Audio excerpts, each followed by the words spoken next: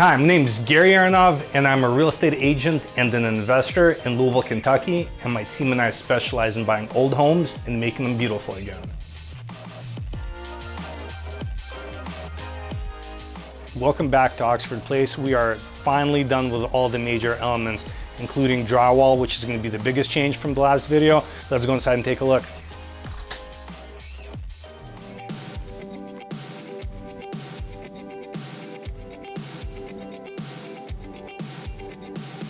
Now that all the major elements of the house are complete, from HVAC, electrical, windows, drywall, you really are going to start seeing the house take shape. This is the final layout of the house.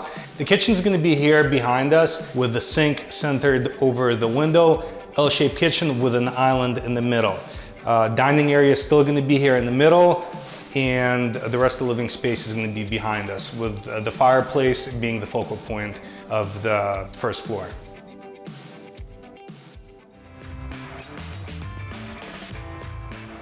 One of the elements that we pride ourselves on is not cutting corners. And that also comes down to the floor, obviously. That's one of the biggest surfaces in the house. And then when things are not done right, you can really notice it. I don't know if you've ever been to a house where a bathroom was remodeled or a kitchen was remodeled, and there's a weird transition piece to where one floor is an inch and a half higher than the other one. In our houses, there aren't going to be any transitions as far as height. We take up all the original floor and level it out. So for example here, this part originally was the bathroom, and there was like a closet here, and this was part of the bedroom. As you can tell, it's completely even. We busted out a couple of inches of concrete and tile in the bathroom, leveled out the beams, and made a nice solid surface. This way, as I mentioned, you're gonna have a floor without any weird small steps or places to hit your toes on.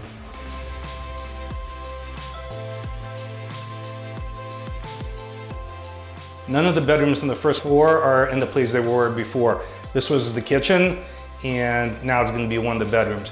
We have to make a few changes here to make it count legally as a bedroom. One of the things that we have to change is an egress window.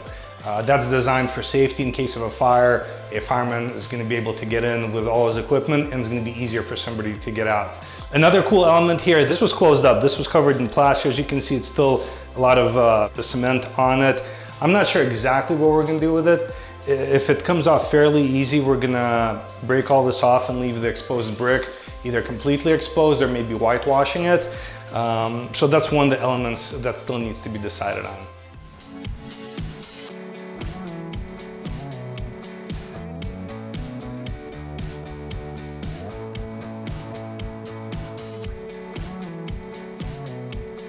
One of the things that we originally wanted to do with the house was reuse the original doors.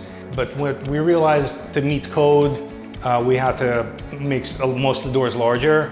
What we didn't want to do is have mismatched doors, and for that purpose, we decided to get all new doors. With this exposed brick, just like the one downstairs, we still need to do a little bit of work on it and make a final decision on if we're going to keep it completely exposed or if we're going to put some type of finish on it. Whatever we do on one, we're also going to do on the other. With the original trim, we still have it saved, but since we're putting in new doors and replacing pretty much everything else, we wanted to go ahead and do the trim as well to give it a more uniform finish and not look like an afterthought. So we're in the master bath right now. This is probably one of the coolest bathrooms we've done in a long while. Things that have already taken place, obviously the drywall. This is the green drywall that you have to use in bathrooms, especially areas with moisture, because it's mold resistant, so it helps with the longevity of the house. Another thing that's already been taken care of is the two windows that were installed. They're frosted and tempered as a safety feature, and also obviously the frosted part, when you're taking a shower, you have some privacy.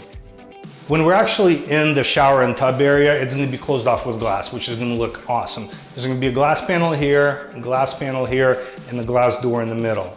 And inside the area with the shower and the tub, the floor is going to be tiled, walls are going to be tiled, and the ceiling is going to be tiled as well.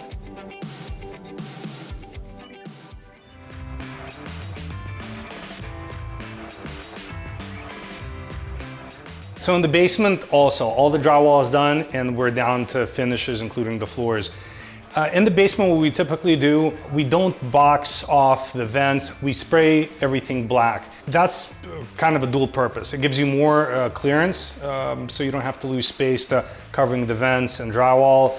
And also the other benefit is you have access to all your piping and electrical elements of the house. So if there is something that goes wrong and you need to replace a piece of a pipe, you're not gonna have to guess where it is or how to find it. Everything's gonna be exposed. That said, the house does have new plumbing, so this shouldn't be an issue for many years to come. But if something does happen, you're gonna have full access to everything from the basement.